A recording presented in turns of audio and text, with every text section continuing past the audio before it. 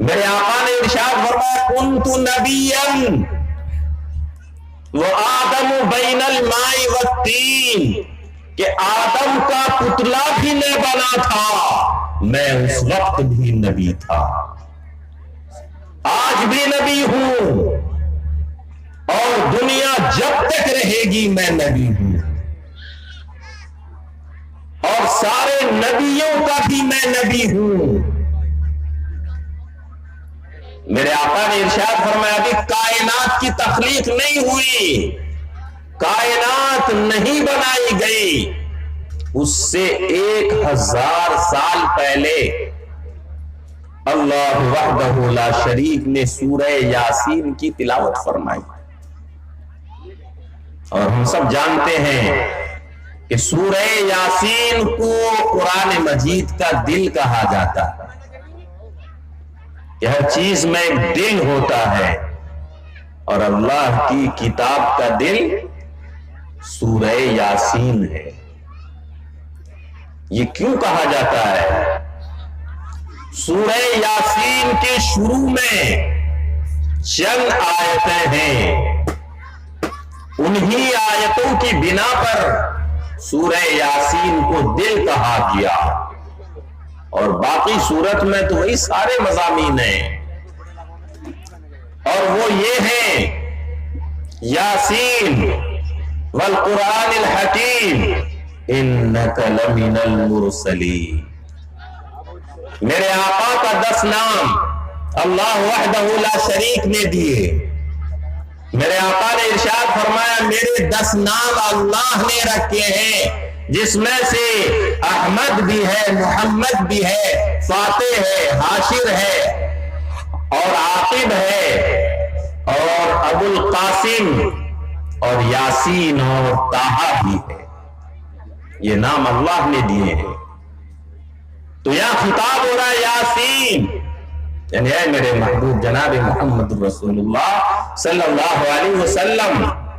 ابھی کائنات بھی نہیں بنائی گئی، حضرت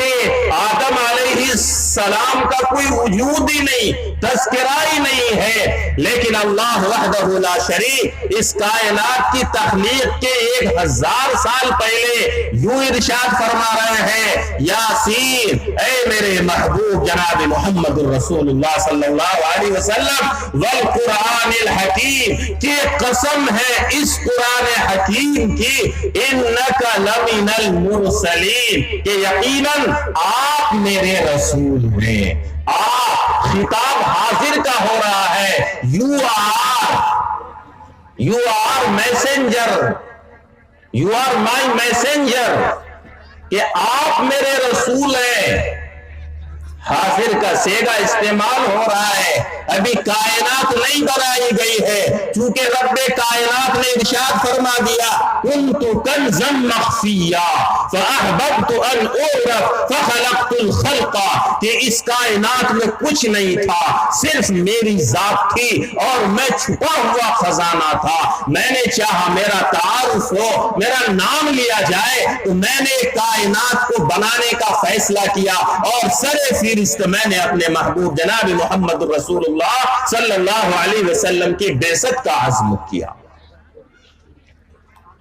تو یہ رب کائنات نے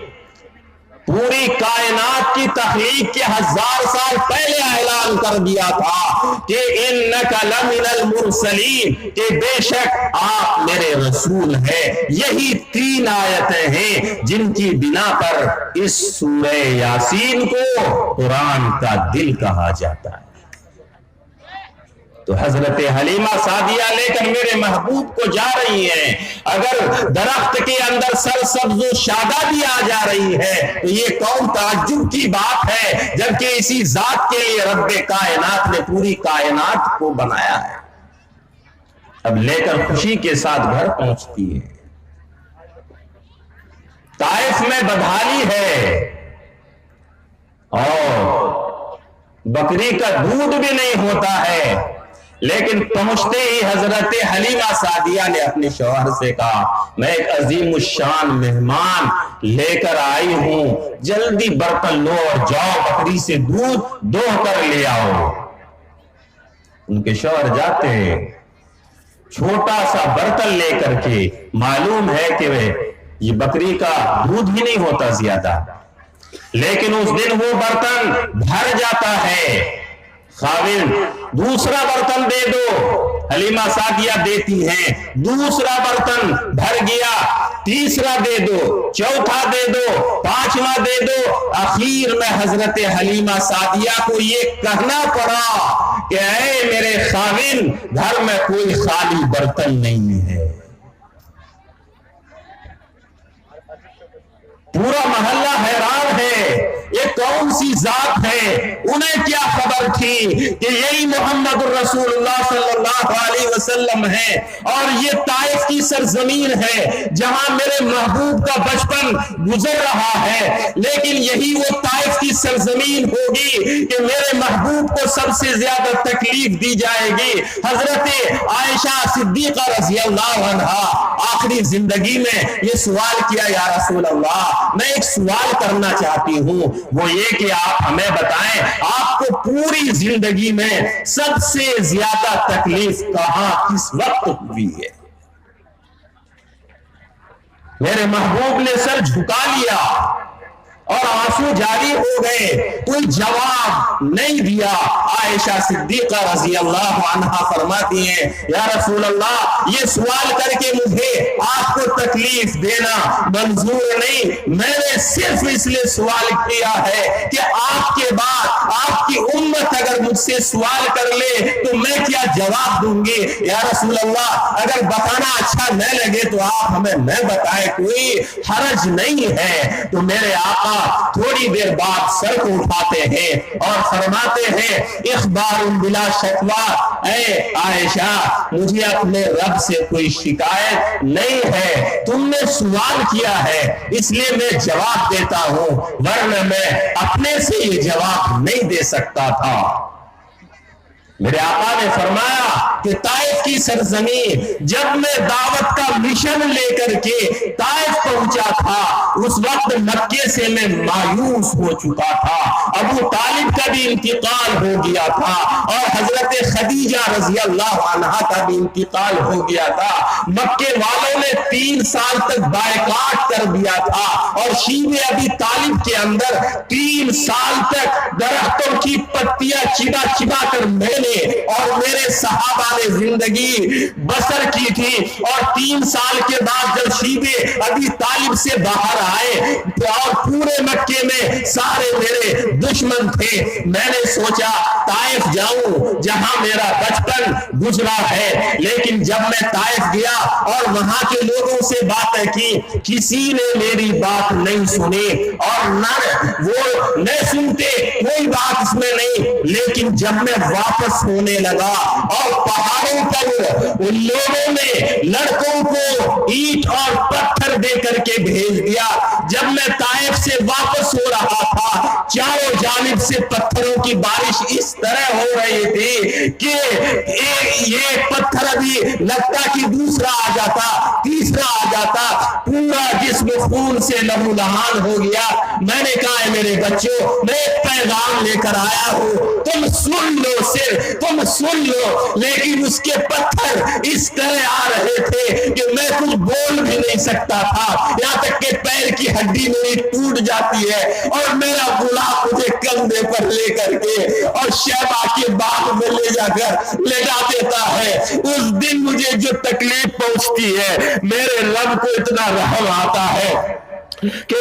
آسمان کے فرشتوں نے اللہ سے گزارش کی، اے میرے رب آپ کے محبوب میرے محبوب کو طائف کی سرزمین میں آج جو تکلیفیں دی جا رہی ہیں آپ ہمیں اجازت دیجئے کہ ہم جائیں طائف میں اور دونوں پہاڑوں کو ملا کر کے آج طائف والوں کو چکنا چور کر دیں۔ میرے رب کو رحم آیا اور کہا فرشتوں جاؤ اجازت ہے، لیکن میرے محبوب سے ذرا یہ پہلے پوچھ لینا، اجازت دے تو یہ کرنا، اگر نہیں دے تو نہیں کرنا۔ آج تمہیں معلوم ہو جائے گا میرے محبوب کے اخلاق کے بارے میں فرشتے آتے ہیں، پہاڑوں کا فرشتہ ہے، پانی کا فرشتہ ہے، آگ کا فرشتہ ہے، ہوا کا فرشتہ ہے۔ یا رسول اللہ اجازت دیجیے آپ کہ ان طائف والوں کو چکنا چون کر دے جو آپ کا یہ حال کیا ہے، پورے جسم میں خون سے لہو لہان ہے اور اس طرح آپ کی ہڈی بھی ٹوٹی ہوئی ہے۔ میرے آقا ارشاد فرماتے ہیں اے فرشتوں نہیں، اگر یہ اسلام قبول نہیں کرتے ہیں ان کی نسل میں اللہ وحدہ لا شریک ضرور کوئی لے آئے گا جو اسلام کو قبول کر کے پورے عالم میں اسلام کو وہ پھیلائے گا۔ تو میرے آقا نے اجازت نہیں دی۔ یہ وہ طائف کی سرزمین ہے کہ میرے محبوب بچپن میں یہاں پہنچے ہیں اور بکری کا دودھ جہاں 250 گرام نہیں ہوتا تھا سارے برتن بھر چکے ہیں، اور گاؤں محلے میں یہ خبر پہنچتی ہے، ساری عورتیں بچیوں کو لے کر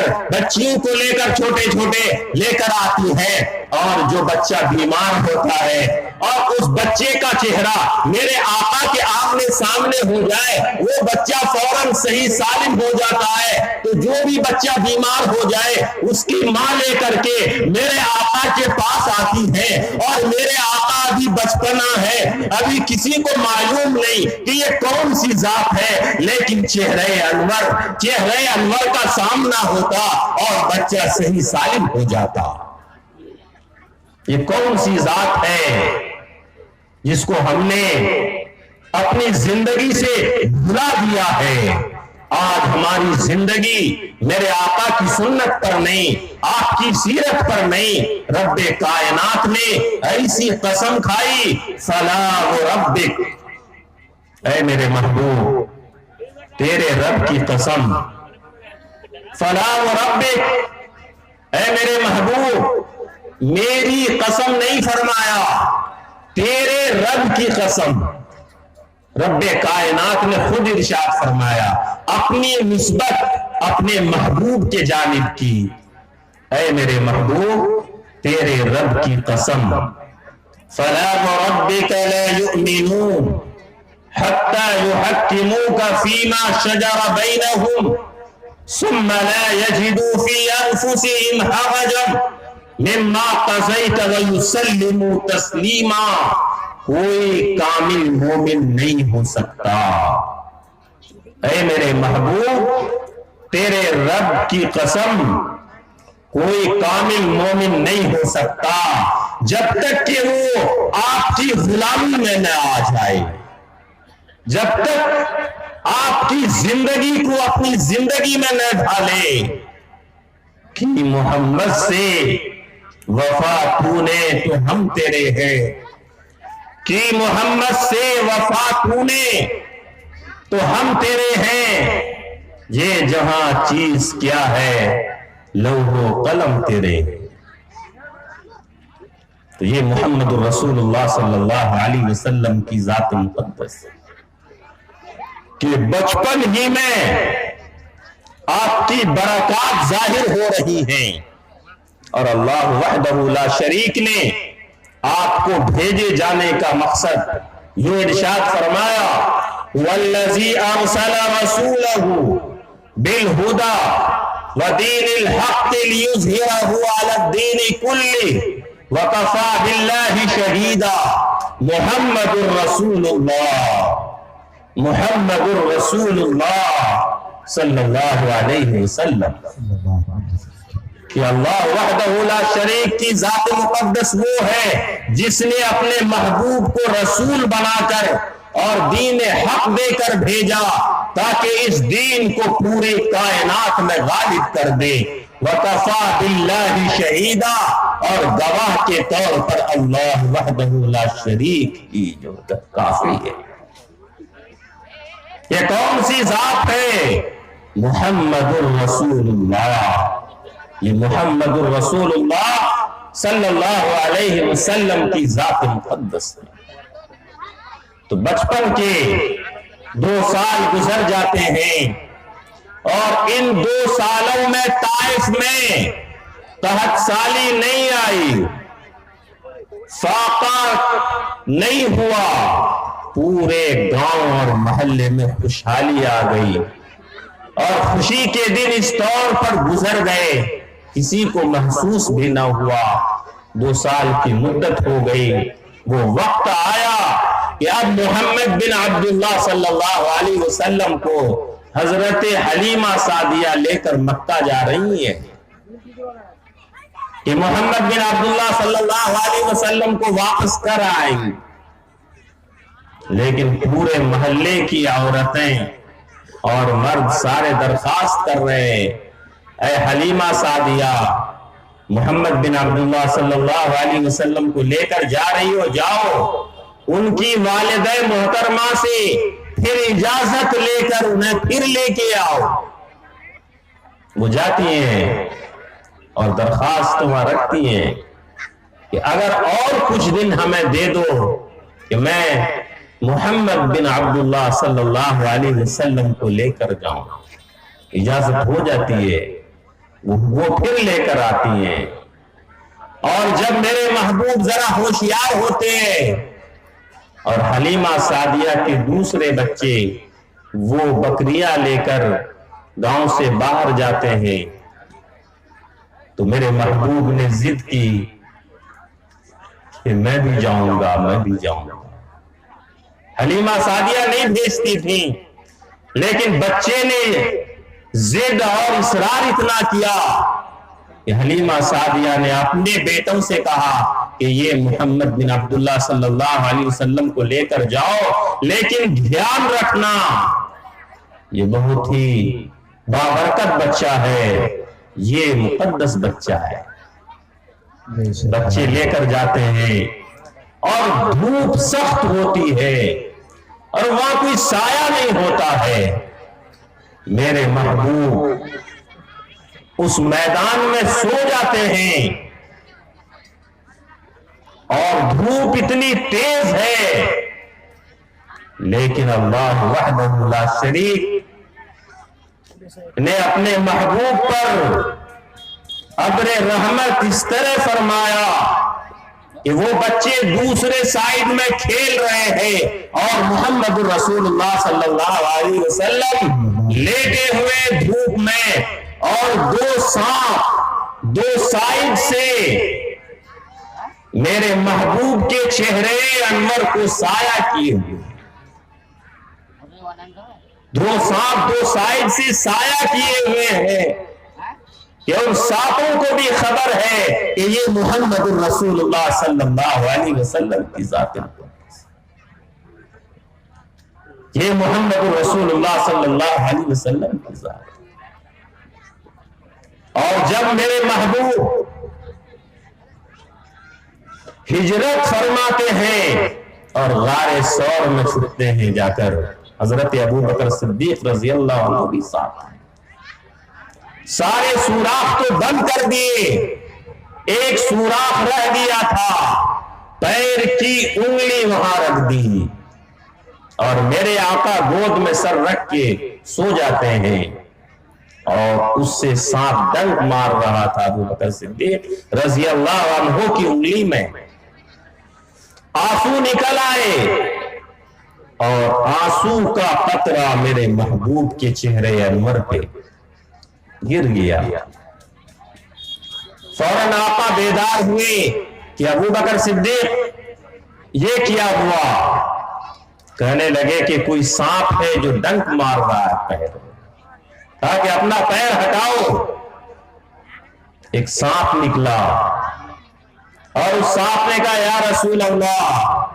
میں 2000 سال سے آپ کا یہاں انتظار کر رہا